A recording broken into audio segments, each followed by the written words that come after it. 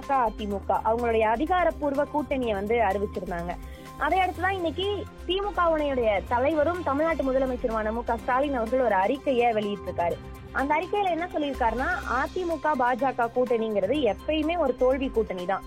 தொடர்ந்து தோல்வியை மட்டுமே அந்த அணிக்கு தமிழ்நாட்டு மக்கள் கொடுத்திருக்காங்க அப்படின்னும், அதே தோல்வி கூட்டணியை தான் திரும்ப அமித்ஷா அவர்கள் உருவாக்கி இருக்கிறாரு அப்படின்றத சொல்லியிருக்காரு.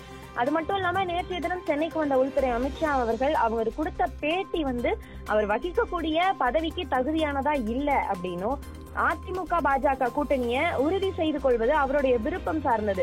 ஆனா எதுக்காக இந்த கூட்டணி, எந்த கொள்கைக்கு கீழே இந்த கூட்டணி அமையுது அப்படிங்கறத அவங்க எதுவுமே சொல்லலையேங்கிறதையும் சொல்லியிருந்தாரு. நீட் தேர்வு எதிர்ப்பு, இந்தி திணிப்பு, மும்மொழி கொள்கை, வக்பு சட்டம், இது எல்லாத்தையுமே அதிமுக எதிர்க்கிறதா சொல்றாங்க.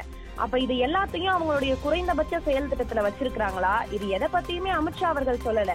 அது மட்டும் இல்லாம அதிமுக தலைமையவும் அவர் பேசவே அனுமதிக்கலையே அப்படிங்கறதையும் இந்த அறிக்கையில மு க ஸ்டாலின் அவர்கள் கேட்டிருந்தாரு.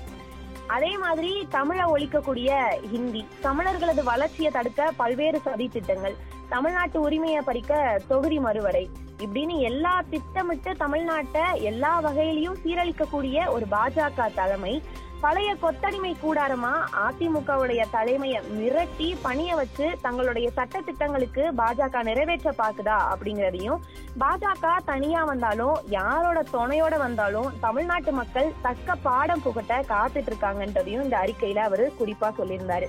ஆக இந்த அறிக்கை அப்படிங்கிறது அரசியல் வட்டாரத்துல ஒரு பேசு பொருளாவே மாறி இருக்குன்னு நம்ம சொல்லலாம்.